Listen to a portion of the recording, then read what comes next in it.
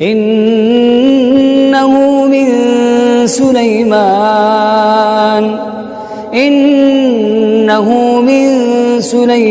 wa innahu bismillahirrahmanirrahim.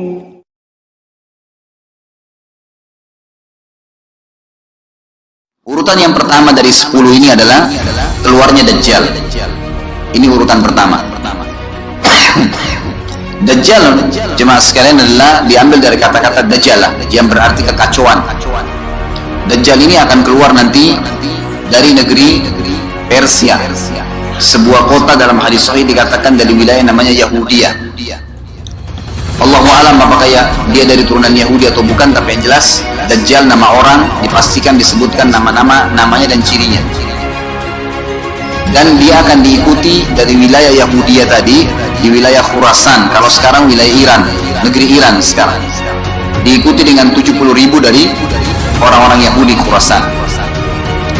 Dia akan keluar membuat kerusakan selama 40 hari. Kata Nabi SAW, 40 hari itu sehari seperti setahun, sehari lagi yang kedua seperti sebulan, hari yang ketiga seperti sepekan, dan sisa harinya seperti hari kalian. Ulama hadis mengatakan yang dimaksud adalah sehari pertama seperti setahun, memang setahun maksudnya. Jadi Dajjal akan buat kerusakan setahun, 2 bulan, 2 pekan. Dia akan keliling muka bumi semuanya, dan kata Nabi SAW, seluruh bumi ini akan dimasuki oleh Dajjal, tidak tertinggal satu lorong, gang, jangankan kota atau desa, kecuali Dajjal akan masuk ke dalamnya, kecuali Madinah dan Mekah. Tidak bisa dimasuki oleh Dajjal. Kata Nabi SAW dalam hadis sahih, karena di setiap pintu gerbang Mekah dan Madinah malaikat menghunuskan pedangnya dan menghalau Dajjal sehingga Dajjal tidak bisa masuk. Ciri-ciri Dajjal disebutkan dalam banyak hadis yang sahih adalah mata kanannya yang paling pertama rusak seperti anggur kering. Kata Nabi SAW dalam hadis sahih, ketahuilah Dajjal buta mata kanannya dan Tuhan kalian tidak buta, karena dia akan mengaku sebagai Tuhan. Mungkin Bapak Ibu tanya, bagaimana bisa orang mau mengikuti dia? Karena dia diberikan kelebihan sama Allah SWT. Dalam hadis sahih juga disebutkan kalau dia masuk ke dalam sebuah tempat, lokasi, wilayah, dan dia mengaku sebagai Tuhan, orang-orang ikutin, maka wilayahnya jadi subur, peternakannya jadi banyak, hujan turun dari langit, tanaman-tanaman mereka jadi subur. Memang fitnah. Allah turunkan tanda-tanda hari kiamat. Kalau wilayah itu tidak beriman kepada dia sebagai Tuhan, maka jadi kering, tandus. Cobaan dari Allah Subhanahu wa ta'ala. Makanya kata Nabi SAW disebutkan cirinya Dajjal mata kanannya rusak dan seperti anggur yang rusak. Kemudian dia orangnya memiliki kulit yang kehitam-hitaman serta memiliki dahi yang lebar. Setiap orang beriman bisa membaca di dahinya tertulis 3 huruf, kafara. Semua orang yang ngerti tulisan Arab, tidak ngerti tulisan Arab akan bisa tahu dan baca itu. Di dahinya tertulis naudzubillah kafara, kufur. Semua orang muslim, orang beriman bisa baca itu. Rambutnya keriting dan orangnya tinggi besar. Dia akan mengaku sebagai Tuhan, dan Dajjal akan diikuti kata Nabi SAW dengan pohon, dengan gunung, bergunung-gunung makanan. Allahu a'lam maksudnya bergunung-gunung ini seperti apa, tapi Dajjal kemungkinan besar memiliki banyak sekali persiapan yang dia akan berikan kepada wilayah-wilayah yang beriman kepadanya. Kata Nabi SAW, kalau kalian dengar Dajjal keluar di satu lokasi, maka menghindarlah. Walaupun kalian harus lari ke gunung,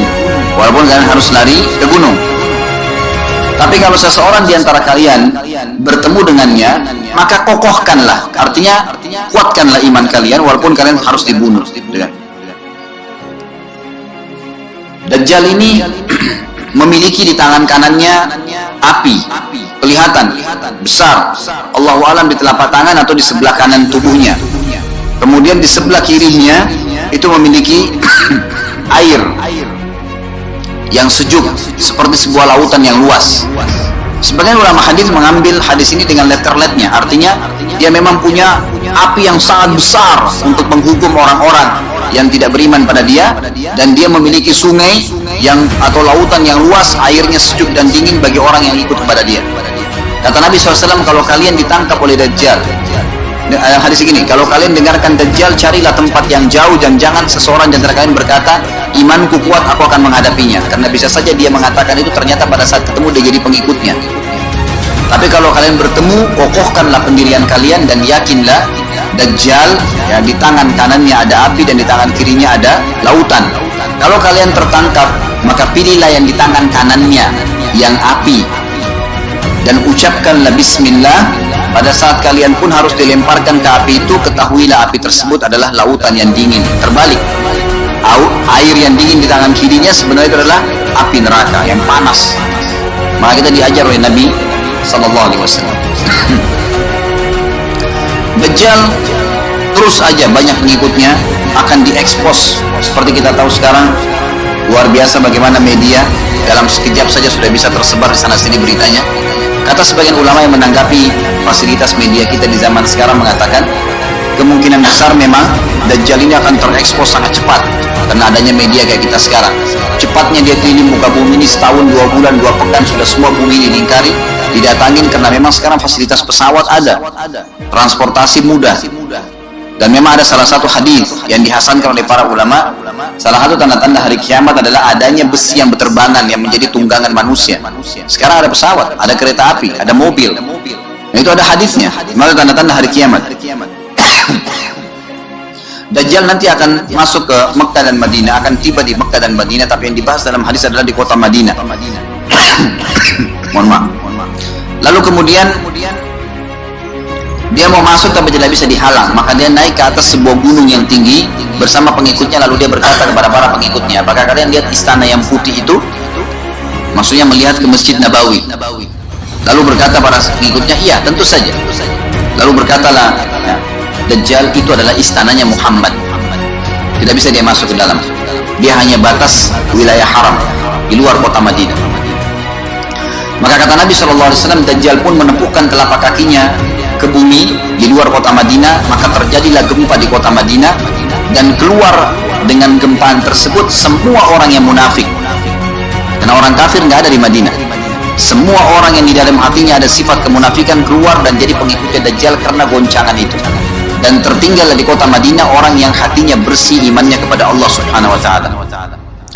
Lalu kata Nabi SAW, akan keluar dari kota Madinah nanti saat satu orang anak muda dengan hikmah Allah, dia keluar dan orang ini bersih hatinya dengan keimanan, maka Dajjal pun menangkapnya. Lalu dia ingin mendemokan kemampuannya di depan para pengikutnya. Lalu kemudian Dajjal pun mengatakan kepada anak muda tersebut, saya Tuhanmu. Anak muda itu mengatakan, kau adalah Dajjal yang telah disampaikan oleh Nabi kami Muhammad SAW. Maka dia pun mengambil gergaji. Sebagian hadis lain menjelaskan alat yang tajam, lalu membelah dua anak itu. Dari kepalanya dibelah sampai ke kemaluannya, terbelah dua kiri kanan. Lalu Dajjal lewat di tengah-tengahnya, demo sambil ya dilihat oleh para pengikutnya dan mereka bersorak-sorak. Lalu Dajjal mengatakan, bersatulah, bersatu kembali jasadnya. Kata Dajjal dalam hadis ini, apakah kau sudah yakin saya Tuhanmu?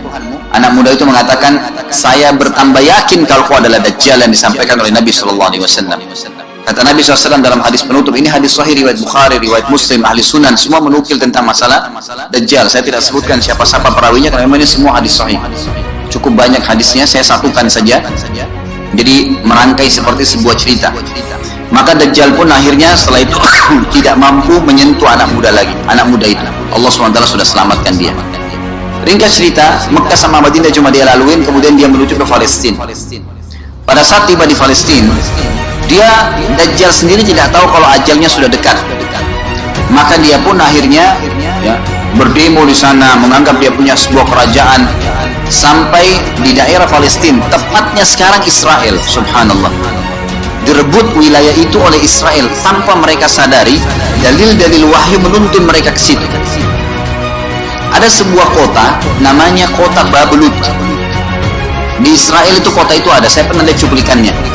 Termasuk kota yang diidolakan di dalam negeri Israel sendiri, namanya Babelut. Subhanallah, hadis menyebutkan nama Babelut. Hadis Nabi SAW dari 1400 tahun yang lalu mengatakan, nanti Dajjal akan berkumpul di sebuah wilayah namanya Babulut di Syam, maksudnya di Palestina, Israel sekarang. Ada kota Babulut dan orang Yahudi sekarang lagi gencar membangun kota itu dan dianggap kota favoritnya Israel. Subhanallah. Dajjal akan masuk ke sana dan berkurung diri. Pada saat dia tiba di Palestina, waktu yang bersamaan di kota Madinah berkecamuk. Kaum muslimin sepakat semua keluar untuk mengejar Dajjal dan membunuhnya. Keluar dari kota Madinah satu orang yang namanya seperti namanya Nabi Muhammad SAW, Muhammad bin Abdullah, dan dia dari turunan Nabi SAW juga. Kata Nabi SAW, akan keluar nanti ya, seseorang dari kota Madinah dari keturunanku yang namanya seperti namaku, Muhammad bin Abdullah, juga sama posternya, parasnya seperti aku, sama dengan Nabi SAW, persis alisnya, rambutnya, kulitnya dari turunan Nabi SAW, tapi dari asli kota Madinah. Sebagian ulama hadis mengatakan dari turunan Hasan radhiyallahu anhu ajmain. Intinya kata Nabi SAW akan keluar nanti dari kota Madinah, tapi akhlaknya bukan seperti akhlakku. Tentu tidak mungkin ada orang yang sama dengan akhlak Nabi SAW. Kata Nabi SAW, Allah mengubah dia dalam sehari semalam. Tiba-tiba berubah menjadi orang baik dalam sehari semalam, jadi orang paham agama. Lalu orang-orang pun akan datang kepadanya dari masyarakat Madinah berkata, engkau adalah turunan Rasulullah SAW, pimpinlah kami berperang melawan Dajjal. Maka dia pun menolak. Dia menolak awalnya, kemudian dia menuju ke Mekah diikutin dengan 300 orang pertama dari kota Madinah. Sampai di Mekah, setelah selesai dia tawaf, maka seluruh muslimin menunjuknya sambil mengatakan, engkau harus memimpin kami. Dan orang ini punya julukan Mahdi, dikenal dengan Imam Mahdi. Inilah tanda-tanda kiamat yang kedua. Setelah Dajjal keluar, buat kerusakan di muka bumi tadi selama 40 hari itu atau setahun lebih, kemudian keluarlah tanda-tanda kiamat kedua pada saat dia sudah tiba di kota Babulut di Israel. Keluarlah si Mahdi ini. Pada saat dia tiba di Mekah, dibaiatlah oleh banyak kaum muslimin, tidak disebutkan jumlah pasukannya, maka terbentuklah pasukan jihad yang mengejar Dajjal menuju ke Palestina. Lalu keluar tanda-tanda kiamat tiga, langsung berentetan semua. Makanya ulama mengatakan tanda-tanda kiamat kecil itu antara satu sama yang lain ada jarak-jaraknya. Tapi kalau tanda-tanda kiamat besar sekali datang, maka datang semua. Walaupun memang ada masa, gitu kan, ada masanya. Tanda-tanda kiamat besar yang ketiga adalah pada saat pasukan Imam Mahdi dengan pasukan jihad itu tiba di Darul Bayda namanya, menara kota putih yang ada menara putihnya, dan itu sekarang di negeri Syam, tepatnya di Damaskus, ibu kota Syria. Sebagian ulama mengatakan Masjid Jami' Syam, karena memang menaranya berwarna putih. Hadis menyebutkan di menara itulah, di masjid itulah Imam Mahdi mampir sholat asar bersama pasukannya, dan sudah dekat. Syam, negeri Syam, masuk di dalamnya wilayah itu adalah Israel yang sekarang Palestina, kemudian Syria, dan ini masjid ada di Syria, di Damaskus. Pada saat itulah datang tanda-tanda kiamat besar yang ketiga, yaitu turunnya Nabi Isa alaihissalam. Kata Nabi SAW dalam hadis Bukhari, hadis Muslim, hadis Sahih semuanya, dikatakan Isa alaihissalam akan turun sambil memegang kedua sayapnya malaikat, dan dari rambutnya yang basah meneteskan air. Pegang sayap malaikat turun, dan semua muslimin waktu itu menyaksikan. Yang masih hidup zaman itu menyaksikan, dan ini wahyu, penyampaian, pasti terjadi. Maka dia pun turun, lalu kemudian dia masuk, dan orang-orang pada saat itu mengenalnya kalau dia adalah Isa, dan mereka sudah tahu ini masanya, turunnya, keluarnya Dajjal. Ini Mahdi sudah ada, mereka tahu akan turun Isa. Sudah ada informasi seperti yang disampaikan ke Bapak Ibu sekarang, itu multi muslimin di zaman itu sudah tahu semua. Maka Isa pun alaihissalam waktu itu dipersilakan oleh Mahdi untuk jadi imam, maka dia pun mengatakan tidak, imam dari kalangan kalian. Dan kata Nabi SAW, ini kemuliaan bagi umat ini, karena Nabi sholat di belakang umat ini. Semestinya kalau ada Nabi, pasti Nabi jadi imam, tidak mungkin digantikan oleh manusia biasa. Tapi waktu itu Imam Mahdi menjadi imam dan Nabi Isa sholat di belakangnya. Perlu anda tahu juga hadis Nabi SAW yang sahih yang berbunyi, kalau Musa dan Isa hidup di zaman aku sudah diutus, niscaya keduanya akan jadi pengikutku. Jadi memang kena kebenaran agama ini dibawa oleh Nabi SAW. Baik, sholatlah mereka, kemudian mereka menuju ke Palestina. Tiga tanda-tanda kiamat sekaligus terjadi. pada saat menuju ke Palestina, tiba di pintu gerbang Babulut. Dan di wilayah Babulut ini, kata Nabi SAW, nanti Isa akan masuk dan memburu Dajjal. Dan setelah membunuh Dajjal, maka seluruh pengikut Dajjal dari kaum Yahudi akan bersebaran sembunyi di bawah batu dan pohon, di atas batu dan di bawah pohon. Semuanya batu dan pohon itu akan berbicara kepada setiap pasukan mujahidin, berkata, wahai muslim, ini Yahudi di atas saya atau di bawah saya. Batu bilang ini Yahudi yang sembunyi, yang pohon mengatakan, wahai muslim, ini Yahudi, bunuhlah dia. Maka dibunuhlah orang-orang Yahudi tersebut yang menjadi pengikut Dajjal oleh kaum muslimin, kecuali satu pohon, namanya pohon Garqat. Pohon Garqat ini pohon yang daunnya kadang-kadang agak kering dan ada duri-duri, ya, batangnya ada durinya. Subhanallah, pohon ini dikenal dengan pohon Yahudi karena satu-satunya pohon yang tidak akan bicara nanti adalah pohon ini. Dan apakah Bapak Ibu sudah tahu sekarang pemerintah Israel besar-besaran menanam pohon itu? Subhanallah. Kalau Anda lihat di berita tentang apa yang sekarang ditanam di negeri Israel orang Yahudi, maka yang paling banyak adalah pohon Garqat. Bahkan cuplikan yang saya lihat tentang Babulut itu pohon Garqatnya sudah sangat besar-besar, diameter sudah 3 meter, 4 meter ke atas. Mereka sangat tahu tentang hadis ini. Tapi memang orang Yahudi, sebagaimana Ibnu Abbas katakan radhiyallahu anhu, beliau mengatakan sabda firman Allah SWT tafsirnya surah Al-Fatihah, ghairil maghdubi alaihim, bukan orang-orang yang kau murkahi ya Allah, ihdinas siratal mustaqim, tunjukkanlah kami jalan yang lurus, siratal ladzina an'amta alaihim, jalan orang-orang yang telah kau berikan petunjuk, maksudnya orang-orang yang beriman. Ghairil maghdubi alaihim, bukan orang yang kau murkahi. Kata sahabat Nabi Ibnu Abbas radhiyallahu anhu adalah orang-orang Yahudi. Allah murka sama mereka karena mereka tahu kebenaran tapi mereka tidak mau ikuti. Itu cirinya orang Yahudi. Bahkan Allah mengatakan tentang mereka terhadap Nabi SAW, ya'rifuna kama ya'rifuna abna'ahum. Mereka mengenal Muhammad SAW sebagaimana mereka mengenal anak-anak mereka sendiri. Jadi orang Yahudi tahu. Waladhdallin, dan bukan orang-orang yang sesat. Ini adalah kata Ibnu Abbas, orang-orang Nasrani mau nyebarin agama tapi mereka keliru. Agamanya yang Nabi Isa itu tidak wajib disebarkan di seluruh dunia, tapi disebarin untuk Bani Israel, karena Nabi Isa diutus untuk Bani Israel. Mereka mau berdakwah tapi salah. Ringkas cerita adalah Nabi Isa alaihissalam akhirnya tiba dengan pasukan mujahidin di depan pintu gerbang Babulut. Kemudian orang-orang Yahudi tidak kenal, tidak tahu Nabi Isa, tidak tahu tentang itu Mahdi. Mereka belum tahu ini. Mereka berbangga-bangga saja. Lalu mereka berkata kepada Dajjal, ada pasukan, segelintir pasukan yang mau menyerang kita. Dajjal mengatakan, bukakan pintu gerbang. Mereka tidak akan mampu melawan kita karena pasukannya mereka banyak memang. Maka Dajjal dengan sombongnya menunggu di depan pintu gerbang. Pada saat dibuka, Dajjal kaget melihat ada Isa alaihissalam. Dan pada saat itu kata Nabi SAW, Dajjal faham kalau sudah tiba ajalnya. Begitu melihat Isa alaihissalam, dia lari dan badannya sambil meleleh di depan para pengikutnya. Lalu Isa alaihissalam mengejarnya, mengatakan, wahai musuh Allah, saatnya kau akan menemui ajalmu. Lalu ditusuklah dengan tombak emas di antara dua matanya, maksudnya di dahinya, ditusuk oleh Isa alaihissalam dan matilah Dajjal. Pada saat Dajjal mati, pengikutnya pada ketakutan semua. Mereka anggap Dajjal Tuhan, mereka anggap Dajjal orang yang perkasa lah, orang yang kebal lah, beragam macam kelebihan. Mereka kaget pada saat mati, maka bertebaranlah mereka dan akhirnya mereka sembunyi di bawah pohon dan batu, di atas batu. Kemudian seperti saya katakan tadi, hadis menjelaskan batu dan pohon akan memberikan penjelasan, hai muslim ini Yahudi, bunuhlah. Maka dibunuhlah pada saat itu mereka.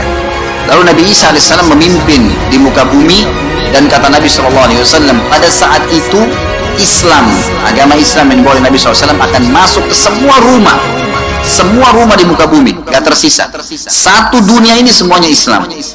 Hadis sahih, kata Nabi SAW, Islam akan masuk ke setiap rumah, bi'izzil aziz au bidzilli dhalil, dengan kemuliaan atau terhina.